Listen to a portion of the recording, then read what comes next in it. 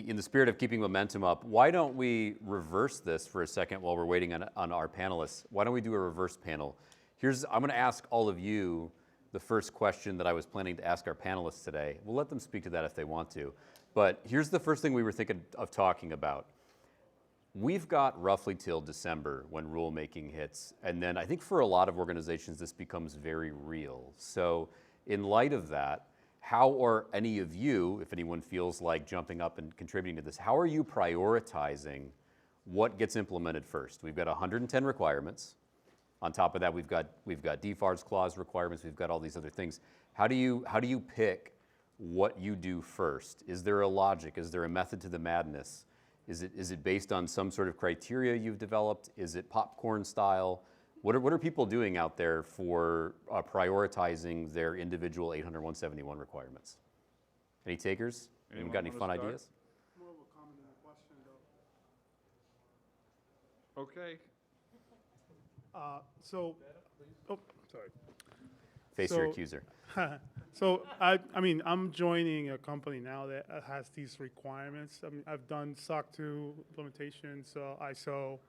So I guess the main question that I wanted to get answered, how I'm going to approach my priorities is whether I should, with new information regarding CMMC2 that is changing, should I just target 171 and wait for the ruling or the decision making to be made on the final rules? Yeah, I mean, it's a great thought. I mean, with the requirements sort of being synchronized so that the 110 requirements in 800-171 are the 110 requirements for CMMC.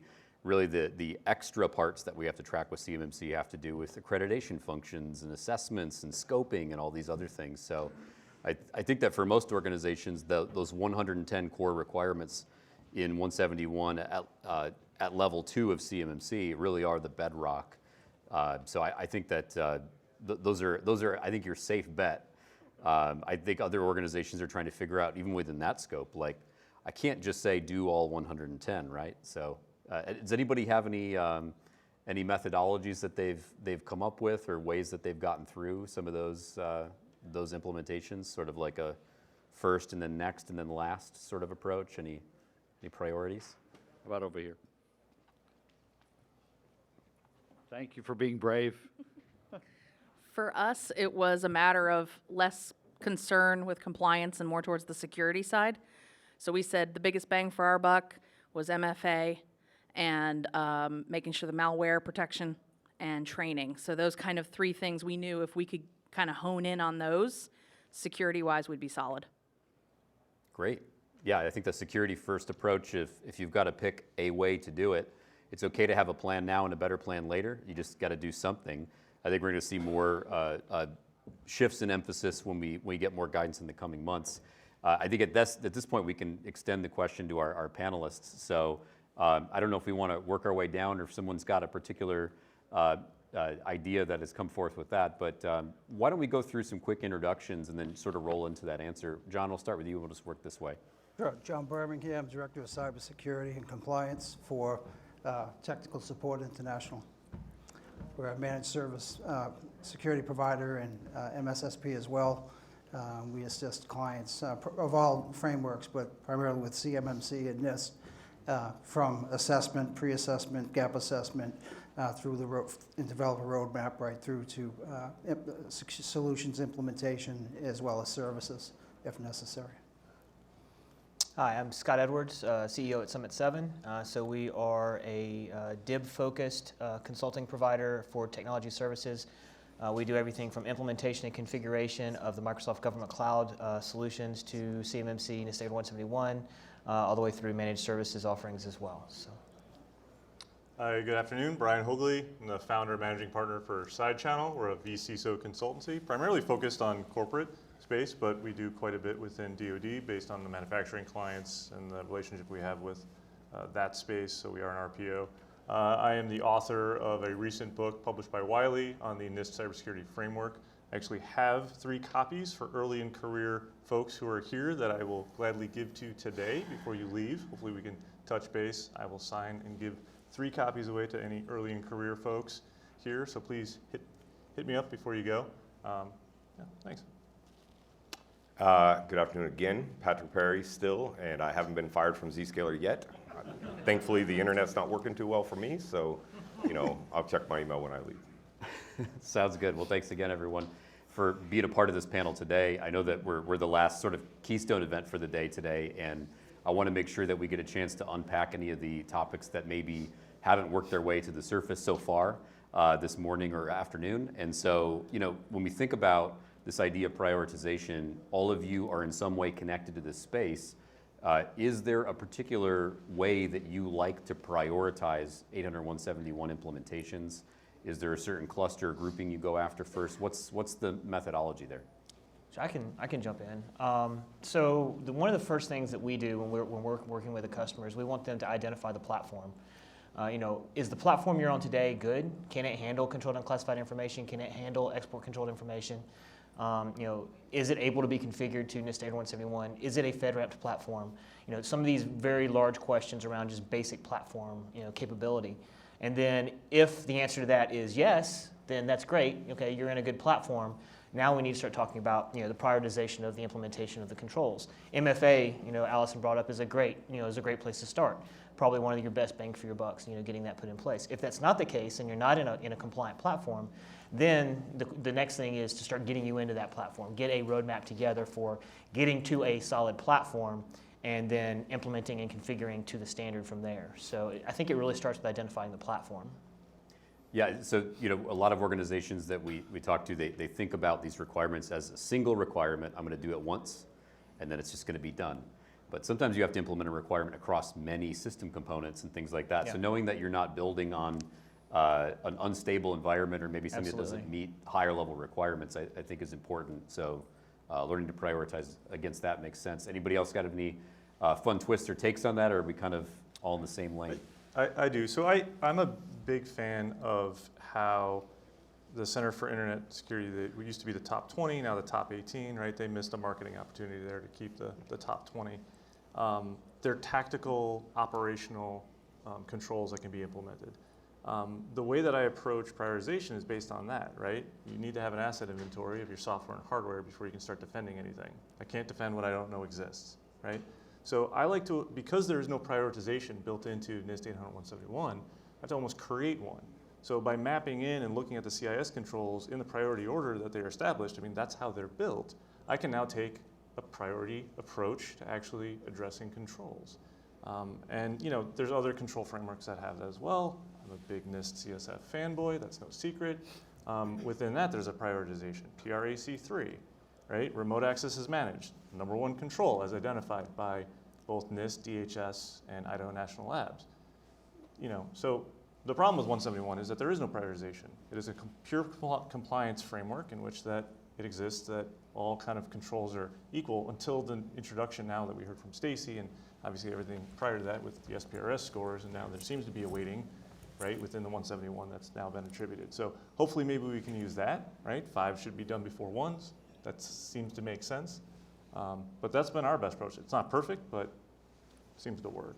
So we've got a platform approach. We've got using the implementation groups from CIS controls or looking at CSF and how agencies look at those. John, what did you have? Yeah, so we look at it with the NIST score, the SPRS score, that has values of 1, 3, and 5. And generally, we try to focus on the values of 5, generally. And we find as many of those that overlap as well, because, for example, a SIM takes care of a lot of the auditing requirements and that sort of thing. So you're looking for like a max SPRS score payload out of the fewest technologies? Or Well, the yeah, fewest depending on the priorities and the resources of the client, right? We always recommend those high-value controls that are scored. Excellent. Exactly. Yeah. Let's talk for a minute about maybe some of the dustier corners of CMMC or the implementations that don't get talked about a lot. I think that a lot of times when organizations get into these implementations, they're looking forward to new tools, new capabilities. And I don't think there's enough focus on what's already in the environment, especially when it comes to things like technical debt. How many unpatched vulnerabilities do I have today, now, before I even begin? How sound is the platform overall? We're talking about industries like manufacturing and construction that just historically spend less on IT. than, you know, healthcare and insurance and other more regulated industries. When we're dealing with that sort of a disparity, how do you think organizations are going to be able to handle the backlog of technical debt that could be competing for the same time and resources just to get started on CMMC?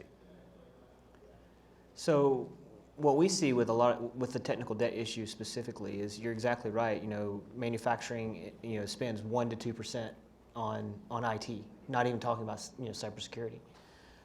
Whereas, you know, a regulated industry is spending somewhere between 6 and 8% of revenue in those areas. And so there is a much greater need for, you know, solutions that can be very point and lower cost. But that number is going to come up over time. That, you know, it's not going to stick around the 1-2% range going forward. So we see companies looking at enclaves solutions so that they basically avoid the technical debt, or they basically continue to push the technical debt down the road by building out a solution that they can control 100% up front and essentially try and, you know, corral all their CUI in a enclave where they can, you know, not have to worry about that technical debt at least for another period of time. So we do see enclaves in a number of ways being used, but that is one of them, is so that they don't have to address all the issues in their main information systems. Gotcha. So you see that as sort of a fallback position. You can delay having to deal with some of those issues now by building a smaller boundary. Right, and collecting the data. sometimes it's small businesses doing that, and other times it's very large businesses that cannot deal with the unwieldiness of their larger organizational infrastructure, and so they have to build an enclave simply to be able to move forward. Gotcha. Now, Patrick, I know that you're more on the, you know, zero trust network access side of the house. When you're getting into those kinds of conversations, you walk into it, you know, just putting it bluntly, a dumpster fire of like a large distributed network or whatever it is. How are you sidestepping some of that technical debt and sort of tunneling through and out or something like that? Yeah, I think it's important, you know, again, coming from a company that, again, focuses on transformation and innovation. You know, as just stated, we see a lot of people looking at the almost the opportunity to create a green field, you know, sandbox lab environment that they're going to just make it their, let's just call it their CUI, you know, little world of awesomeness. And then they're taking the opportunity to, again, buy down that technical debt by innovating, and, you know, but not trying to innovate their whole world. Innovate this little pocket. So create like a little team, get them focused on this, get them spun up on how to run it, and then even look at it as a strategy. Do I start moving everything into this? Because modernization is pretty much part of every single exec's, you know, strategy. Whether it's 1 year, 3 year, 5 year, everybody wants to modernize. Everybody wants to get more out of their investment. And, you know, whether it's the government, you know, and how their strategies are aligning, or just any corporation, it's the only really way to get ahead anymore, drive down total cost of ownership and stuff. So the enclave, or little, you know, again, I just call them little pockets of awesomeness. You know, it's a very common thing that we're seeing across everywhere. Yeah, and to your point about moving into that environment, you know, what we see a lot of times is a company will start off with, okay, say it's a 500-person company, and they say, okay, you know, we only have 20% of our company does DoD work or whatever, and so they start out with that.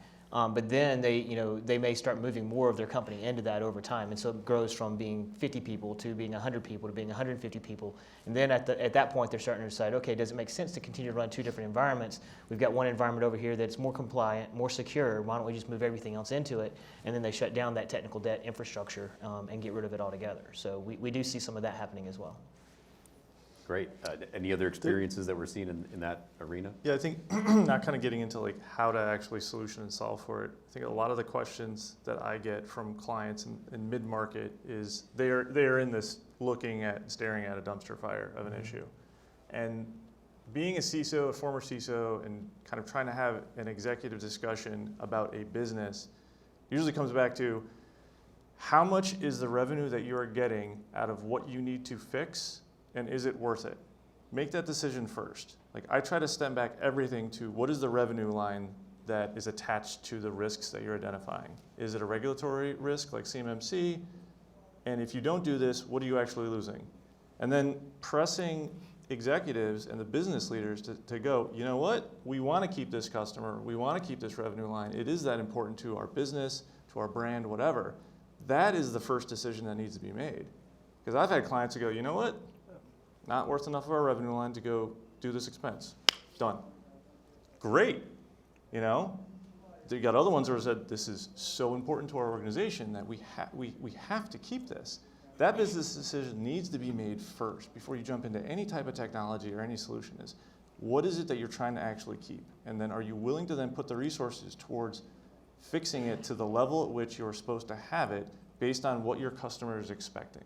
If you're not, get out. If you are, go in and then start doing all of this. Sounds like we've got another prioritization strategy there, which is a revenue driven. Everything comes back to a business decision. Like, security is not there for the sake of being security. We're there to support the business. And if you're not talking to the business leaders about supporting what their objectives are, why are you addressing security? If they're honestly not willing to address security as part of their business objective, they're going to be out of business anyway. Right. We've had some clients, for example, that have conversely made a business decision to hedge bets that some of their competitors would opt out of the DoD space, right? And then that would be a gain for them. Okay, so if, Right. if they can work hard enough to pay down that technical debt now, even though it's an upside down value prop, they'll get it Right. back on the back Right. end when they're a sole supplier or, Exactly. okay. Well, I mean, these are all interesting ways to sort of slice the same topic. One of the things that came up in a couple of recent discussions that I've had with some of you is this whole topic of cyber insurance, right? So we've got sort of this compounding problem going on in the small business space. Cyber insurance policies are getting more and more expensive. The underwriting process is more complicated. Some organizations can't even get coverage, even if they want it. Certain industries, especially those that are really heavily represented in the DIB, are being considered high-risk industries, which means that their premiums are going up and everything like that. So from this perspective, we've also got this other aspect, which is you've actually got states like Ohio and Utah and Connecticut saying, if you implement NIST 800-171, you're actually protected from liabilities post-breach. We're actually going to give you more protections under our state laws for data breaches and things like that, which reduces the risk, reduces the burden for insurers. At what point can we somehow like jujitsu flip the cost of 800-171 or any compliance-driven program into something that can actually get us some ROI out of reduced insurance costs? Or maybe even to build off of that, is insurance the real regulator in this situation? Are they going to drive change faster than government? Right. The assumption has been historically that insurance would protect companies from whatever liabilities they had, to include cyber insurance. But obviously that's beginning to change, and so now they are requiring a lot of insurance companies are requiring a lot of regardless of the vertical, whether it's healthcare, biotech, they're requiring their clients to prove that they have some level of cybersecurity in place. And sometimes that's just a questionnaire that we're seeing it's come through that we help them, our clients answer, and so forth. But it's Yeah. definitely. Yeah, it's a huge issue. I mean, this is something that we've talked about a lot, over the last month or two, especially since Ukraine, kicked up and, the worries about active war designations and such. I mean, cyber, like you said, so many companies have been dropped or can't get insurance. Premiums have increased by, I think it's 37% this year on average is the number. Average breach is now like $4.2 million based on IBM study. Most companies that even have cyber have $1 or $2 million worth of coverage. So a single breach, you're still gonna go out of business. Even if you have $2 million worth of insurance, most companies would go out of business if you have another $2.2 million worth of loss, right? So it's a real issue, and I really think that CMMC is a great way. I would love to see the AB, really reach out to the insurance industry as a whole and start using CMMC and 800-171 specifically as, to replace those questionnaires, which quite honestly are a joke. If you look at them, I mean, the one that I signed on, I have, this year for ours, the only, the thing that they focused on most was how many PII records did I handle, right? I mean, that's really the only thing they asked, to get cyber insurance, which was just completely insane. But that's what they were asking about. They need to get better, a better method to evaluate risk within the defense industrial base or within organizations in general. And if the CMMC-AB could work with the insurance agencies or organizations to say, hey, this is a standard, and this will provide a way for us to better assess the risk of an organization, and that's going to drop the price of insurance, then that could pay for the cost of implementation for many companies, because the cost of cyber insurance is not cheap. You know, it's very expensive, and you know, just like implementing 80171 is very expensive, but over a period of 3 to 5 years, you know, there's a pretty good payoff there. So I think that's a great opportunity for the AB to really expand the capability of what CMMC is and could be. So I had the opportunity, two components. One, I grew up in a family of underwriters. So I actually understand the black magic of actuarial science that exists within the insurance space. Take your kid to work day for me was literally learning how to underwrite a policy or a special casualty insured. So I've been doing risk management for a long time. The second joke in my family, mostly to my mother, is that just like my father leaving the military, working for an insurance group, I did the same thing. I left the military and I became the CISO at a Fortune 500 insurance company here in the Boston area. It brought me up here. And what I learned through that experience of helping them build policies and how they build policies is incredibly eye-opening. I don't think most people understand how underwriting actually works because they've never been an underwriter. We've all been consumers of insurance. We're used to buying homeowners insurance. We know what that's like. Well, underwriters are literally working with the best that they have. They are not cyber experts, and that is really the problem. In homeowners insurance, just as an example and why this works, there are hundreds of years of flood data. There are hundreds of years of fire data. That's why you can't get insurance on a commercial building if it's built with the wrong material. Why? Because they know down to the dollar and penny exactly how fast that place will go up in flames and what the cost will be. We don't have that with cyber. So the best that they're doing is they're actually equating it to earthquake because it's a random event. You don't know the impact size. You don't know where it's going to strike and when. Well, that doesn't work because we know that these aren't, right? Sometimes there's motivation behind it. Anyway, that's just a little like backstory on how this works. I think the best way to think about getting insurance is positioning what your organization does to a framework. I disagree that CMMC or 171 will be the best bet to use because it's compliance-based and that you need to do everything. Insurance is about risk management. So taking a risk management standard or framework is something that the insurance underwriters are actually going to understand. You can't do everything. You can't do all 110 controls. But what you can do addresses and mitigates the risk that you have. That leaves over and left over what insurance is. It's the transfer of risk. Remember, there's 4 means to address risk within cybersecurity or any type of risk. It's transferring risk to insurance. So you don't have to do everything, because if you did, then you would be a great risk. The insurance providers wouldn't actually get any premium out of you, which means you're a great risk. You'll never file a claim, but they're actually not getting money. What we don't understand is that bad drivers, right, are why auto insurance providers make money. They don't make money off of good drivers, and it's balancing out that risk. So they need to actually find a way, and I agree, the questionnaires are god-awful. Bad story, if you ever want to look at why you're being asked those questionnaires, ask your insurance provider if this is literally a replica from the Hiscox application, HISCOX, which was written 15 years ago.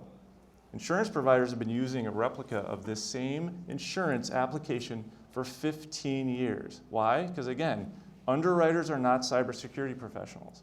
So if you're going to leave this conversation, my advice is marry up to somebody who understands your cybersecurity posture, get into a framework, be able to then have a conversation with your broker about what your posture actually is. Sit down with them. Don't just fill it out, hand it back, and hope for the best. You need to have a broker. You need to have a good conversation, a good relationship with that broker. Get that broker to champion you to the carriers. And that is how you're going to get actual coverage. That's how you're going to get a lower premium. That's how you're going to get an increased amount of coverage and get covered at all. And then look across different products. You know, there's some really awful data, unfortunately, coming out of claims being made against kidnap and ransom because of cyber events. Ransomware events are being forced up through K&R policies, and they're being paid out. Why? Because that's how K&R policies are written. I'm holding this thing for a ransom. Is it your daughter or is it your server? The insurance providers can't actually differentiate, and the way that your policies are written allow for that to actually cover your ransomware. So look at your policies, and unless you're an insurance nut, right, use a broker, right? Like, use a broker who understands that language and get them to be your champion on your policy, because that's what you're actually paying them for. You do know you're paying your broker. Like, they get money out of you and out of this policy. So use them. They are basically like your agent to the carriers. The carriers are the one who are underwriting your risk. So I'll stop there. I can tell this is a topic near and dear to your heart. It's weird how I fell into it and I kept with it. And as I kept digging in, I just kept seeing more and more wrong with how they're doing it. And they're not fixing it.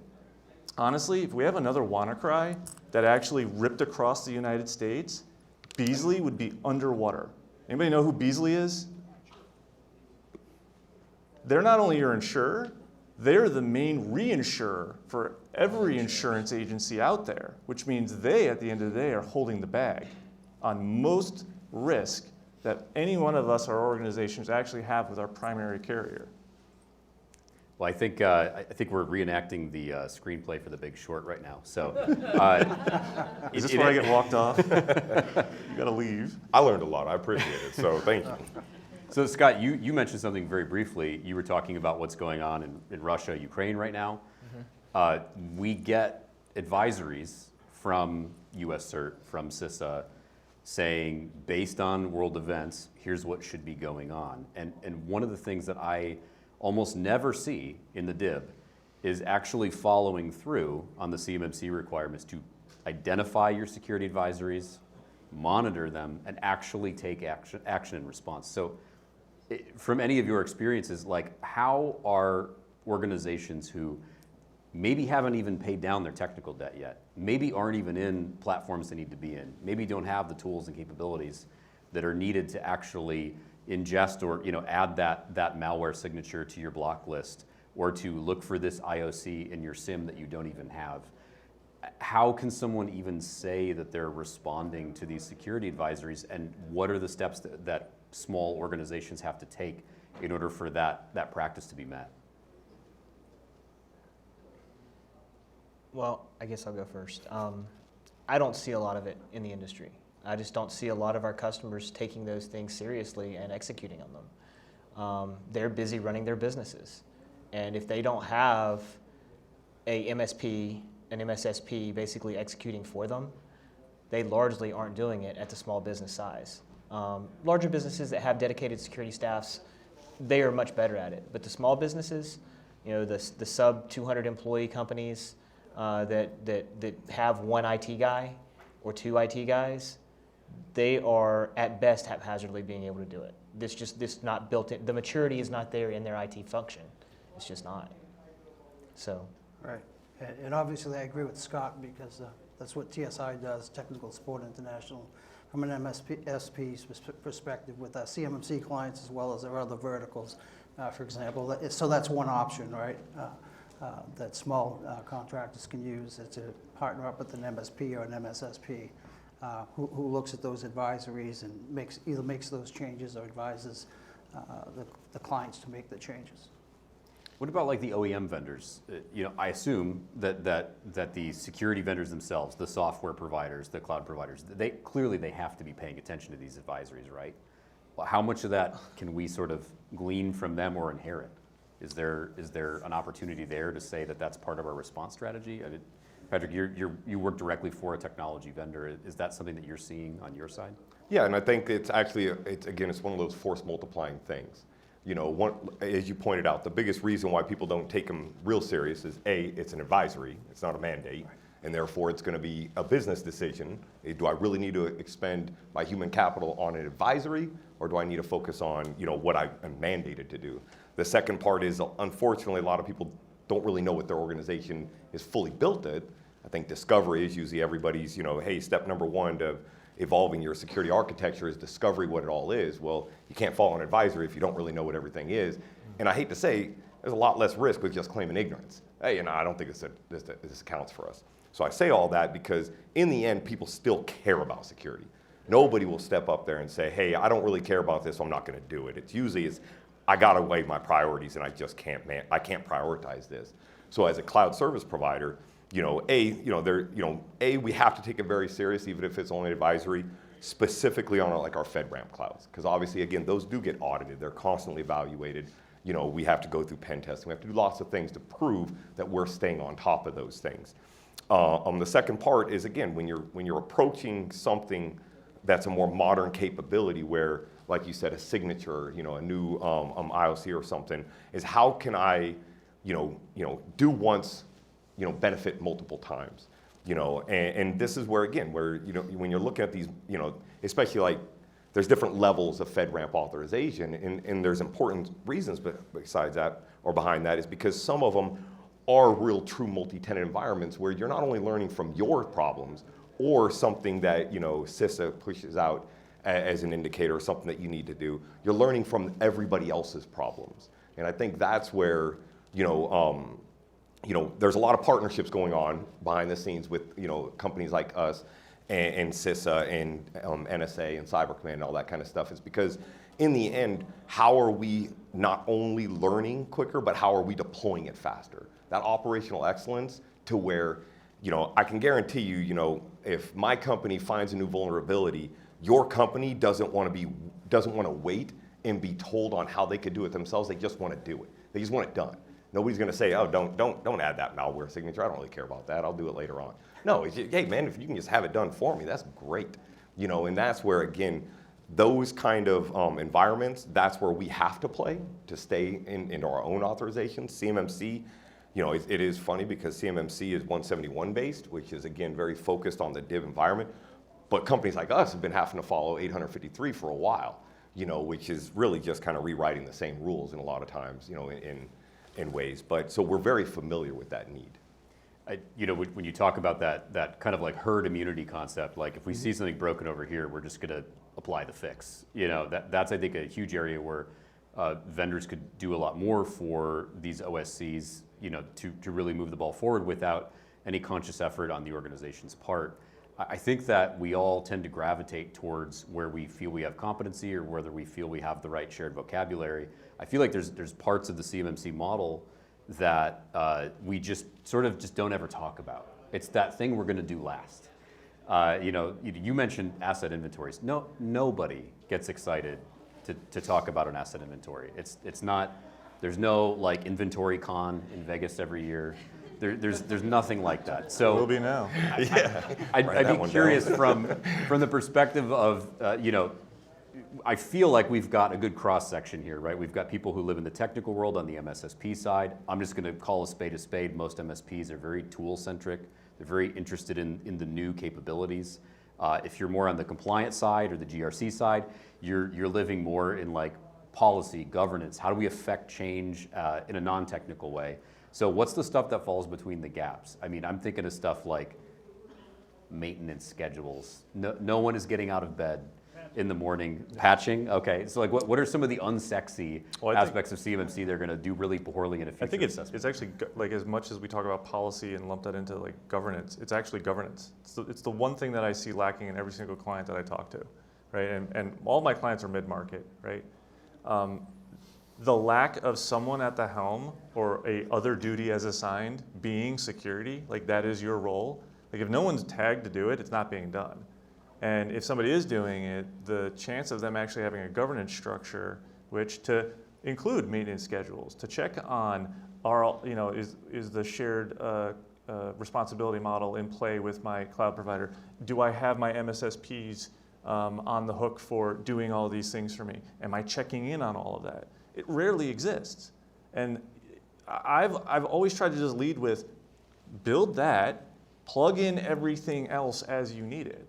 Because if you start with all the other things, and they're all great, you need everything that everybody on this stage is doing, you need in some form, but when do you need it? And then how do you hold them accountable, and how do you hold yourself accountable to make sure that it's all working the way that you intended? If you don't have a governance structure in place to at least shepherd it, you don't need something complex. I mean, I'm talking about like a calendar, like a meeting on your calendar every month that says review admin privileges. Like spend a half an hour to do that.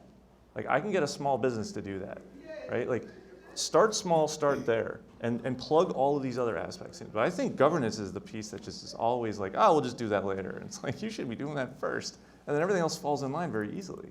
Yeah, that management layer seems to be pretty unsexy in the grand scheme of things. Yeah. What else are we noticing? Yeah, I was just going to say, just to clarify with TSI, our services include assessment preparation as well as gap assessment, roadmap development to CMMC, as well as the solutions and services that provide the CMMC, that help meet CMMC controls. So not just in MSP, MSSP, but we do the governance piece too, and that sort of thing. So one of the things that I see fall down, people really focus on getting the platform compliant. That's really, really important. We've got to get the platform compliant, get it configured, get it, operational, get everybody, working again in a compliant infrastructure.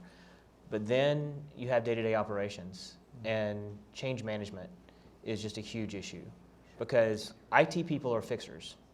When there's a problem, they're going to go fix the problem. They don't like to put things in a change process and wait, through a change process before they go fix the CEO's problem. They're going to go fix the problem. And because of that, you end up having configuration drift, undocumented changes, and then, it just falls apart from there, right? Your documentation baseline's out of order. Now you've just got problems. And now you're going to have to go back again and redo your entire configuration to bring it back up to speed because you didn't do change management. So that's one of the areas that I see a lot of challenges in all sizes of the DIB, not just the smalls. Yeah, The I agree paperwork with never that. catches up. Yeah. Yeah, I think that's one of the biggest problems you have. If you don't pay attention to something boring and unattractive like change control, you don't find the efficiencies either, right? So if I'm working with an MSP or an MSSP and I don't sit down and figure out which changes I'm willing to pre-authorize Yes. for their tier 1 or tier 2 technicians to make without approval. It doesn't affect a security setting. It's not this, that, or the other. It's a generally accepted change. If I do that step early on, That helps. there's less drag in the whole process. Yeah. But instead, we're working on putting new tools in place or reconfiguring systems, and we didn't document any of the changes. Yeah. So now we're doing just generally non-compliant things all the way through our audit trail. Right. One of the ways we address that with our clients is our ticketing system has the controls for each ticket, for each CMMC control, for any ticket that goes into there as well. And so if one of our technicians or security engineers, for example, implement something or make a change, it's all part of that ticket. And so any of their time, of course, this isn't at the DIB level with the single IT person there, right? This is at the MSP, MSSP level. And so at the end of the day, at the end of the week, they have to have all the tickets in the system, right, for management approval. And so all those go straight into CMMC and they're coded. And then our CMMC, I guess, InfoSec team, I guess, CISO sort of guys, they then update the documentation for them. And so Yeah, the ticketing documentation is another Yeah. unsexy aspect of this. Right, this so they whole- make sure that the configuration changes are documented, right, Yeah. is the idea there. And that's a good way to do it, even if you get some smaller ticketing system, if it's a small company, or Outlook for that matter, right, like you said. Yeah, I mean, the only thing I'll add is, what we see a lot is like this, again, this paralysis by analysis from the very get-go is, again, what is the most efficient way to do this? And then they get into these loops because one feeds the other and there's all this constant change. Nothing is ever consistent. You can document up front and then by the time you're done building, you got to redocument and people are upset. Or you got to, build first and then document later and then somebody needs to do something and people are upset again. So we get into this whole state of everybody wants this like perfect solution and perfect plan to go off of instead of just let's get the ball rolling and keep building it as we go. And where there is no perfectly efficient model, don't look for it. The only real model is one that's moving in a direction. And you'll get there. You'll get your paperwork, situated. You'll get this. The things that you want to really try to avoid is, kind of to your point, everybody in technology are firefighters. They're way more, focused on just getting something done than updating a document. But if you get too far behind on the document, then it becomes almost this burden and this unattainable task. And I hate to say it, it gets swept under the rug or it gets falsified. And there's nothing worse than somebody that just tries to pencil whip something real quick and then toss it in front. And unfortunately, the people that are going to check it don't really know the difference. And they're going to run with it. And now all you've done is creating a cascade of effects that are going to go bad at some point. It's a house. How many organizations do we know who either their SSP hasn't been updated since 2017 or it's completely fabricated based on what should be in place, but no confirmation that it actually exists. Building in documentation into the process seems like a really good way to batch that out. In fact, I think what I'm hearing overall here when we talk about prioritization or what comes first or anything like that, it's batch size, right? If I can find the right size of work that can be consumed and performed in one setting, then I've got a better chance of actually doing it consistently. If it's too infrequent or it's too big of a task, that's when things start to get a little hairy in the process. Doing your taxes, I mean, we're all living through that right now. I mean, I wonder how many people right here are now going, oh crap, I got to do all my taxes right now because I haven't kept any of my records intact. You know, and it's just, to me, it's a life example of how that's just, you know, human culture. You know, and now that it's gotten so big, we end up taking a big pile of paper and a whole bunch of bank statements and send it to somebody and say, please figure this out for me. I don't have the time. And in this kind of world, you have a lot more at risk. That one, you have the IRS pounding at your door. You know, you could probably throw in some extra money and then hope that you get something back in return. You screw this up, not only can the government come over here, you know, and say, hey, your compliance is all jacked up, but what's way worse is some bad guy could come in and show you how jacked up you are. And that's a risk that most people are learning. It's just not acceptable anymore. You can't take that risk. Yeah, and we talk about, you know, we have no actuarial tables for this. Well, when cyber attacks put people out of business, there's no one to interview. So, I mean, there's a whole segment that is completely an unspoken voice in all of this. So, And so even, you know, with regard to documentation, it's really two pieces, there's two important phases to cybersecurity with regard, in compliance with regard to documentation.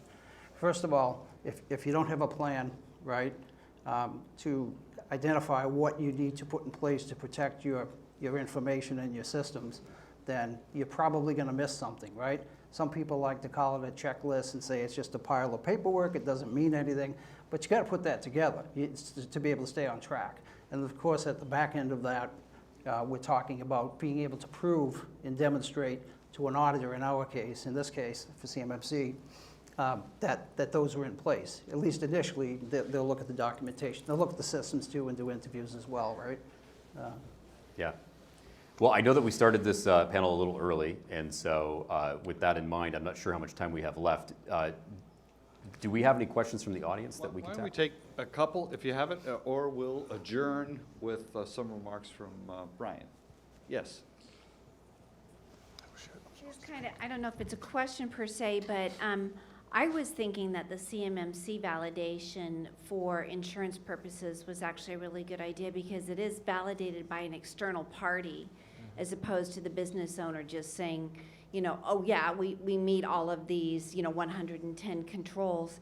And in my mind, that should actually allow the insurance company to give them a much better rate because their risk is lowered exponentially by that. So I thought that it was a really interesting concept and wanted to say that. I don't disagree that that using a compliance base, right? Getting your ISO certification is the same thing. But now you need the insurance provider to fully understand multiple different frameworks because you're going to have people who don't have to follow CMMC that need insurance. So now training the insurance underwriters, right, on another standard or many standards, when right now they can't align and agree on one, to me it just seems complex. So from a risk management standpoint, like RMF or CSF or some of the ISO to, I guess, lesser degree if you wanted to look at it that way, allowing for, hey, I'm not going to do this control because the impact of that control being exploited is lower for me, therefore I don't need to address it, versus CMMC, which is I have to do all of the controls. So if you're going to get we're really only going to get the insurance providers or carriers, it's not even the brokers, it's the carriers, to really align to a standard. That's like I said, 15 years ago they developed Hiscox as an application. They've been following that, they haven't really veered from that because what they're all trained on. So we kind of have to train them on something and we can't make it too complex because just like we're all in this room to handle security for a business and we know that the business leaders, security is not their job, we cannot expect that insurance providers, underwriters, especially actuarials, are going to understand cyber. So don't you think that, you know, with, you know, the DIB being 330,000 companies, we think, based on what the DoD says, and then with the potential of the FAR CUI rule moving these same requirements to the entire federal government contractor base, now you're talking about 1 million plus companies. That's a large portion of the U.S. company base, right? I mean, so if you get that big of a chunk that are all forced into this specific framework, that's a long way down the road of getting a standard for, you know, business in the United States, period. I would think. It could be, but I think there are more organizations not supporting the Department of Defense than there are supporting it. So yes, maybe 1 million, but I don't think that's anywhere close to the amount of small businesses, mid-market companies that don't support the DoD. So is that going to sway an insurance provider to accept CMMC as the standard versus another? And now let's look at international. You've got insurance that goes across international boundaries. Are the Europeans, anybody in APAC, anywhere else? No, they're going to predominantly follow ISO because that's what they have been following and that's what they know. So to train the insurers like Aon, AXA, anybody like that who's predominantly within Europe, they're going to veer towards an ISO standard. They're going to tell NIST to go pound sand. I think we need something. Don't get me wrong. You need to understand who your audience is that you're trying to convince and influence to accept a standard.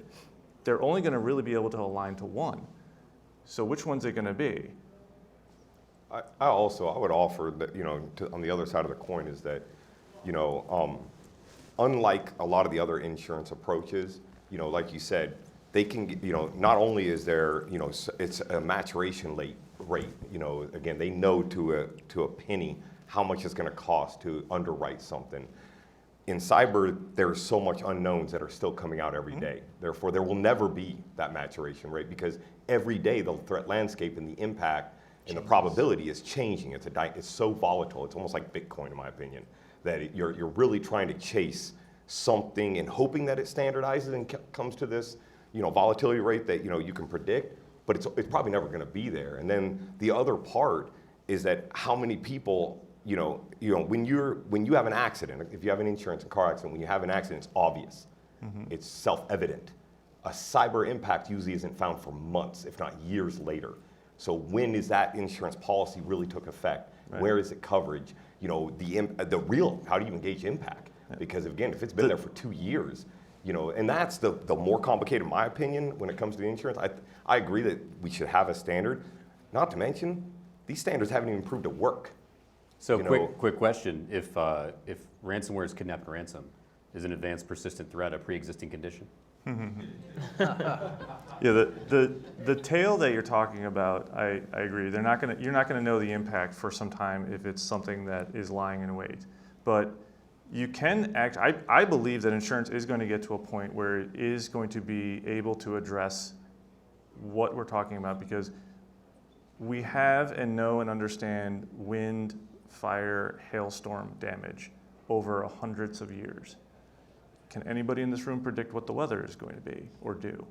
No. But based on actuarial tables and aggregate data, we can understand what the potential impact is in regions and types of threats, weather threats, to buildings. So therefore, if you kind of translate that cyber, it's like, all right, well, an organization of this size with this type of maturity inside of a framework or a standard maybe has these types of threats, maybe has this type of vulnerabilities. The possibility of impact is this. You can kind of start gauging it. It's like a commercial building in the Southwest being impacted by hail, probably lower than flood damage on the southern coast of Georgia. You bring up a really interesting point, and I'm just going to come back at you a little bit on the CMMC thing with this, because just like you were mentioning, you know, the different areas and the different threats in the different areas, and how you have the actuarial tables to deal with, you know, floods in Alabama versus earthquakes in California or whatever. Well, it's the same. Is it not the same thing with a standard like CMMC, whereas the building codes in all those areas are different? Is CMMC not just a building code for IT? And so the CMMC building code could be valid for, you know, the insurance companies have to deal with all those different building codes. Why can't they deal with a CMMC and an ISO depending on where they are and what kind of business they're in? Yeah, no, like I said, you could have multiple different ones. It's that part is getting the insurers to actually understand what each mean. Yeah, I completely agree with that. So you have actually, like, There's in gotta be a lot of insurance, education to happen. you have each of the 50 states has their own auditor, right, and their own person in charge. Each state is going to have its own view of those building codes, and they're going to accept or authorize what those insurance folks do. Yeah. So Texas is going to have a different standard or authorization than Louisiana. So you can apply what you're doing, but to say that that standard is going to be the standard for insurance across the United States or Or at least globally. a standard that could be used. It could be a So, standard, but so it's going to be say something that else. we've approached some topics today that don't have an easy answer Yeah, is an definitely. understatement. I do appreciate everyone's conversation on this. We do want to save just enough time for our closing remarks. Or Brian, maybe you could just continue this No, this conversation. This is good. This is, But, not enough people talk about this stuff. Yeah, This is yeah, good. I think it's really important. It's risk management and possibly building construction. So I just want to thank everyone who joined us for the panel today. Thanks for everyone in the audience. You know, we've really tried to put together a lot of different possible perspectives. So thanks for maybe unearthing some of the things that don't always get addressed in some of these higher level overview events, and really, you know, getting a chance to pull a few different threads than we normally would. So thanks again, everyone. We really appreciate you coming out to be a part of the panel today. I like the stocks. Thanks.